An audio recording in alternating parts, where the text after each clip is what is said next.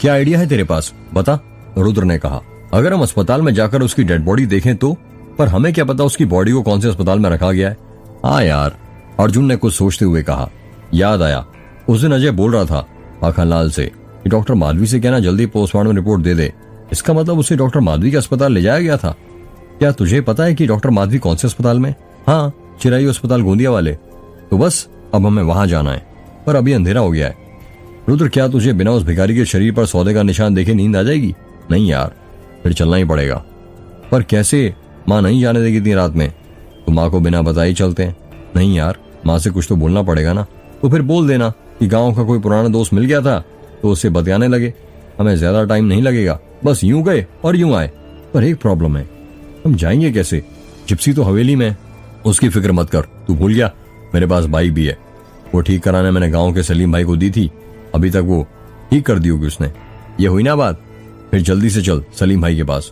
रुद्र और अर्जुन मैकेनिक की दुकान पर जाते हैं। मैकेनिक सलीम अभी भी किसी बाइक का पंचर बना रहा था। सलीम भाई, ठीक होगी क्या मेरी बाइक? रुद्र ने पंचर बनाते हुए लड़के से कहा। नहीं यार रुद्र, अभी थोड़ा काम बचा है, सलीम ने पंचर बनाते हुए कहा। ऐसे कैसे सलीम भाई, मुझे जरूरत है अभी बाइक की। पर इतनी रात में क्या काम पड़ गया? वो सलीम भाई, ये मेरा दोस्त है ना अर्जुन, इसका गला सूख रहा है। रुद्र ने अर्जुन के कंधों पर हाथ रखते हुए कहा। तो भाई इसे वो लखन की दुकान पर ले जाओ ना, उसके पास तो है गला गीला करने का सामान। वो सलीम भाई, ये जो मेरा दोस्त है ना, ये अंग्रेजी वाला है, अपना गला गीला करता है अंग्रेजी से ही।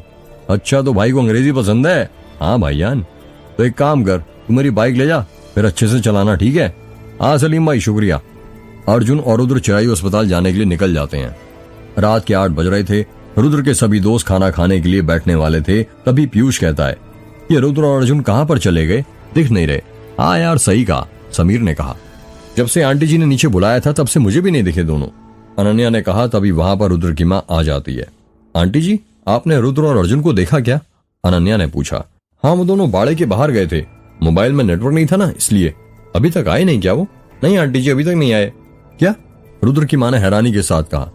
जरा कॉल करके देखना समीरों ने, तन्वी ने कहा। हाँ अभी करता हूँ, समीर ने जेब से मोबाइल निकालते हुए कहा। हेलो, हाँ रुद्र कहाँ पर है तू? समीर ने कहा। वो एक दोस्त मिल गया था यार, उसी के साथ हूँ। तो कब तक आ रहा है तू? यहाँ खाने के लिए सब तुम दोनों का इंतजार कर रहे हैं। वो तुम लोग खा लो, हमें देर हो जाएगी थोड़ी। वो क्या है ना, दोस्त बहुत दिनों बाद मिला है ना, तो अच्छा ठीक है, पर जल्दी आना, यहाँ पर आंटी जी परेशान हो रही हैं। हाँ भाई, और माँ से कहना ज्यादा परेशान मत हो, मैं जल्दी आ जाऊंगा। ठीक है। इतना कहकर समीर फोन कट कर देता है और कहता है, आंटी जी वो रुद्र को उसका एक पुराना दोस्त मिल गया है, तो वो कह रहा है कि उसे आने में थोड़ा देर हो जाएगी। क्या ये रुद्र ना ऐसे ही करता है? मैंने बोला भी था ज्यादा दूर मत जाना, पर देखो पता नहीं कहाँ चला गया। आंटी जी आप फिक्र मत कीजिए, अर्जुन गया है ना उसके साथ। आपको पता नहीं है, ये अर्जुन और रुद्र हमारे कॉलेज के जय वीरू हैं, हमेशा कॉलेज में एक साथ ही दिखते थे। हाँ आंटी जी, समीर ठीक कह रहा है, पीयूष ने कहा। अर्जुन और रुद्र चिरायू अस्पताल पहुंच जाते हैं।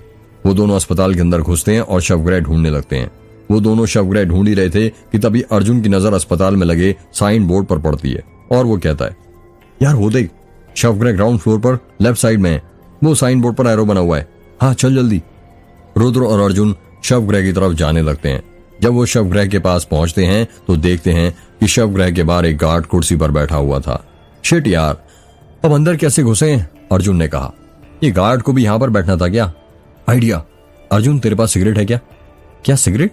यहाँ समझ नहीं आ रहा, अंदर कैसे जाना है और तुझे सिगरेट पीनी है? यार तू पहले सिगरेट तो दे। अर्जुन अपनी जेब में से सिगरेट का पैकेट निकालता है और रुद्र को दे देता है। रुद्र सिगरेट का पैकेट पकड़ता है और शवगृह के पास बैठे गार्ड के पास जाता है और कहता है, लाइटर है क्या? हाँ है ना, गार्ड ने अपनी जेब में से लाइटर निकालते हुए कहा। रुद्र गार्ड के हाथ से लाइटर लेता है और सिगरेट के पैकेट की खुशबू लेने लगता है और फिर उसमें से एक सिगरेट निकालता है। ये कौन सी सिगरेट है? नहीं लग रही है, गार्ड ने कहा। नहीं ये विदेशी है, लैम्बोर्गिनी। क्या? हाँ आपको चाहिए क्या? नेकी और पूछ पूछ, पर यहाँ अस्पताल में पीना मना है। तो बाहर चलते हैं ना, साथ में चाय भी हो जाएगी। आपको तो पता ही होगा, चाय सिगरेट के साथ बिस्कुट का काम करती है। हाँ सही कहा। रुद्र गार्ड के साथ बाहर जाने लगता है और अर्जुन को अपने हाथ से इशारा कर देता है कि वो शवगृह के अंदर चला जाए। अर्जुन शवगृह के अंदर जाता है। शवगृह का कमरा अंदर से बहुत चौड़ा और लंबा था। उसके अंदर बहुत सारी बॉडीज रखी हुई थीं। 1-2 ही बल्ब लगे हुए थे, वो भी 0 वॉट के, जिनसे ज्यादा उजाला नहीं हो रहा था। अर्जुन भिखारी की बॉडी ढूंढने लग जाता है। हर बॉडी पर पॉलिथीन चढ़ी हुई थी, उसके ऊपर एक चिट लगी हुई थी जिस पर 1 नंबर लिखा था। वहां इतनी सारी बॉडी थी कि अर्जुन के समझ में नहीं आ रहा था कि भिखारी की कौन सी बॉडी है। अर्जुन को बॉडी ढूंढते हुए 15 मिनट हो गए थे, तभी उसे रुद्र का फोन आने लगता है। शिट, ये रुद्र क्यों फोन कर रहा है? लगता है वो गार्ड वापस आ रहा है। अब मुझे यहां से निकल जाना चाहिए। इतना कहकर अर्जुन शवगृह से बाहर निकल जाता है। यार देखा तूने भिखारी की बॉडी पर सौदे का निशान? रुद्र ने अर्जुन से पूछा। नहीं यार, वहां पर इतनी सारी बॉडीज थी, मैं इतने कम वक्त में ये भिखारी की बॉडी ढूंढ ही नहीं पाया। शिट यार। रुद्र तुझे पता है वहां पर हर डेड बॉडी पर एक पॉलिथीन चढ़ी हुई थी और उस पर एक चिट चिपकी थी जिस पर एक नंबर लिखा हुआ था। अगर हमें भिखारी की डेड बॉडी का नंबर पता चल जाए तो हम उसकी बॉडी आसानी से ढूंढ सकते हैं। हाँ सही कहा, और उसके लिए हमें डॉक्टर माधवी के कैबिन में जाना पड़ेगा, रुद्र ने कहा। क्या डॉक्टर माधवी के कैबिन में? पर क्यों? क्योंकि देख, भिखारी का पोस्टमार्टम डॉक्टर माधवी ने किया था और उसकी रिपोर्ट भी उन्होंने ही बनाई थी। ओरिजिनल रिपोर्ट तो उन्होंने अजय को दे दी, लेकिन उसकी डुप्लीकेट कॉपी जरूर उनके कैबिन में होगी और उस रिपोर्ट पर भिखारी की डेड बॉडी का नंबर जरूर लिखा होगा। हाँ सही कहा, चल फिर जल्दी से डॉक्टर माधवी के कैबिन में। हाँ, रुद्र और अर्जुन डॉक्टर माधवी का कैबिन ढूंढने लगते हैं। तभी वहां से एक नर्स निकलती है। अर्जुन उससे पूछता है, एक्सक्यूज मी, क्या आप हमें डॉक्टर माधवी शर्मा का कैबिन बता सकती हैं? कहाँ पर है? हाँ वो ऊपर 3rd फ्लोर पर है। इस वक्त वो अपने कैबिन में नहीं है। ये तो और भी अच्छी बात है, अर्जुन ने धीरे से कहा। क्या कहा आपने? कुछ नहीं, शुक्रिया आपका। जी, इतना कहकर वहां से नर्स चली जाती है। अर्जुन और रुद्र 3rd फ्लोर पर जाने लगते हैं और थोड़ी देर में वो दोनों डॉक्टर माधवी कैबिन के पास पहुंच जाते हैं। अर्जुन एक काम कर, तू अंदर जा और फाइल ढूंढ और मैं बाहर खड़े होकर रखवाली करता हूँ। जैसे ही कोई आएगा मैं तुझे इशारा कर दूंगा। यार रुद्र, तू टेंशन क्यों ले रहा है? डॉक्टर माधवी यहाँ कहाँ पर है जो आएंगी? डॉक्टर माधवी भले यहाँ पर ना हो, पर स्टाफ के लोग तो है ना यहाँ पर, यदि वो आ गए तो। हाँ यार। अर्जुन डॉक्टर माधवी कैबिन में चला जाता है और रुद्र बाहर खड़े होकर रखवाली करने लगता है। डॉक्टर माधवी के टेबल पर बहुत सारी फाइलें रखी हुई थी। अर्जुन हर एक फाइल को उठाता है और भिखारी की रिपोर्ट देखने लगता है। भिखारी की रिपोर्ट ढूंढते ढूंढते उसे 20 मिनट हो गए थे, पर वो उसे अभी तक नहीं मिली थी। तभी रुद्र बाहर से आवाज लगाता है, मिली क्या? नहीं यार, नहीं मिली। क्या अभी तक नहीं मिली? यार जल्दी ढूंढना। यार वही तो कर रहा हूँ। अर्जुन फिर से रिपोर्ट ढूंढने लग जाता है और वो देखता है कि टेबल के बगल में एक रैक थी और उस पर भी बहुत सारी फाइलें जमा हुई थी। वो उस रैक के पास चला जाता है और भिखारी की रिपोर्ट ढूंढने लगता है। वो हर एक फाइल खोल खोल कर देख रहा था कि तभी उसे एक फाइल मिलती है जिस पर पेशेंट का नाम नहीं, बस भिखारी लिखा हुआ था। यार रुद्र, मुझे ना एक फाइल मिली है, उस पर किसी का नाम नहीं है बल्कि भिखारी लिखा है, अर्जुन ने कहा। पागल, वही फाइल है, भिखारी का नाम थोड़ी ना पता होगा किसी को, इसलिए शायद पोस्टमार्टम के वक्त भिखारी लिखा हो। देख उस पर बॉडी नंबर क्या लिखा है। हाँ देखता हूँ। शिट, क्या हुआ? जल्दी से छुप जा, कहीं केबिन के अंदर डॉक्टर माधवी आ रही हैं, रुद्र ने सामने वाले रूम की तरफ भागते हुए कहा। जल्दी जल्दी में अर्जुन भिखारी की फाइल टेबल पर ही रख देता है और खुद टेबल के नीचे छुप जाता है। डॉक्टर माधवी अपने कैबिन में आती है और देखती है कि टेबल पर फाइल बिखरी पड़ी थी। ये चंदन मीना जरा सा काम नहीं करता, मैंने कहा था इससे कि फाइलें जमा कर देना और अभी तक नहीं करी इसने। डॉक्टर माधवी टेबल पर रखी बेल बजाती है, ट्रिंग ट्रिंग। थोड़ी देर में एक दुबला पतला लड़का आता है और कहता है, क्या वो मैम, आपने बुलाया? चंदन, मैंने कहा था ना तुझे कि फाइलें जमा देना, तुमने अभी तक नहीं जमा के देखी, कैसे बिखरी पड़ी हैं? नहीं मैम, मैं तो जमा कर गया था सब फाइल। फैला किसने दी? मेरे भूत ने। तुम ना चंदन कामचोर हो गए हो, तुम्हारी शिकायत करनी पड़ेगी लगता है। अरे नहीं नहीं मैम, मैं अभी फिर से जमा देता हूँ, पर मैं सच बोलता हूँ, मैं फाइल जमा कर गया था। इतना कहकर चंदन टेबल की फाइलें जमाने लगता है। कुछ ही देर बाद डॉक्टर माधवी चंदन से कहती हैं, अरे चंदन, वो रैक से जरा वो भिखारी की पोस्टमार्टम रिपोर्ट देना। जी मैम, अभी देता हूँ। जैसे ही डॉक्टर माधवी चंदन को भिखारी की रिपोर्ट ढूंढने कहती हैं, टेबल के नीचे छुपे अर्जुन की सांसें जोर जोर से चलने लगती हैं। वो सोचने लगता है कि रैक पर फाइल कैसे मिलेगी, वो तो टेबल पर रखी है। टेबल के नीचे से अर्जुन को डॉक्टर माधवी और चंदन के सिर्फ पैर ही नजर आ रहे थे। मैम यहाँ पर तो नहीं है, चंदन ने रैक पर फाइल ढूंढते हुए कहा। अच्छे से देखो, रैक पर दूसरी रो में रखी है, मैंने खुद रखी है। नहीं मैम, यहाँ पर तो नहीं है, मैंने अच्छे से ढूंढ लिया। तुम ढूंढो तो सही, इसमें भी काम चोरी कर रहे हो। तभी डॉक्टर माधवी की नजर टेबल पर पड़ती है और वो देखती हैं कि ऊपर ही भिखारी की फाइल रखी हुई थी। अरे चंदन, रहने दो, मिल गई, यहीं टेबल पर रखी थी। और यहाँ पर कैसे आई? मैंने तो खुद इसे रैक पर रखा था। तभी डॉक्टर माधवी को फोन बजने लगता है, ट्रिंग ट्रिंग। हेलो, हाँ जी सर, सॉरी सर, आपको इंतजार करना पड़ा, बस 2 मिनट में अभी वो रिपोर्ट लेकर आती हूँ। जी हाँ, बस मैं आ ही रही हूँ, आप वहीं पर मेरा इंतजार कीजिए। डॉक्टर माधवी अपना फोन कट करती हैं और भिखारी की रिपोर्ट लेकर वहां से चली जाती हैं। ये मैम भी ना खुद कामचोर हैं और मुझे कामचोर कहती हैं। जब देखो मुझ पर चिल्लाती रहती हैं।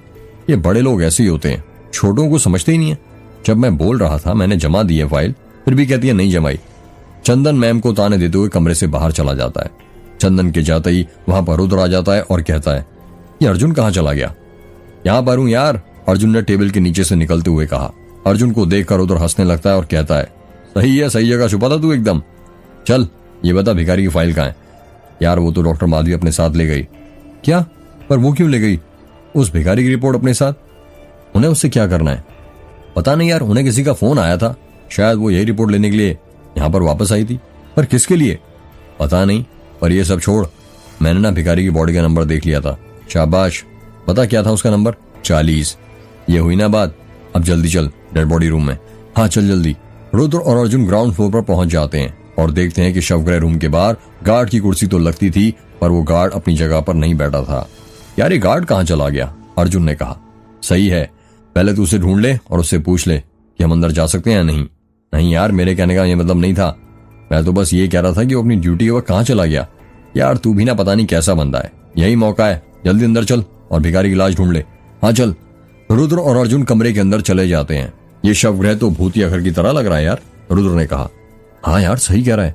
तुझे पता है, मैंने सुना है कई अस्पताल ऐसे हैं जिसमें मरीजों के बेड रात के समय उछलने लगते हैं और उनसे मिलने आने वाले लोगों के शरीर पर भयंकर चोटें आती हैं, वो भी अपने आप। जिस जार में बॉडी के पार्ट्स रखे जाते हैं ना, उनमें से अपने आप बॉडी पार्ट गायब हो जाते हैं। क्या बात कर रहा है भाई?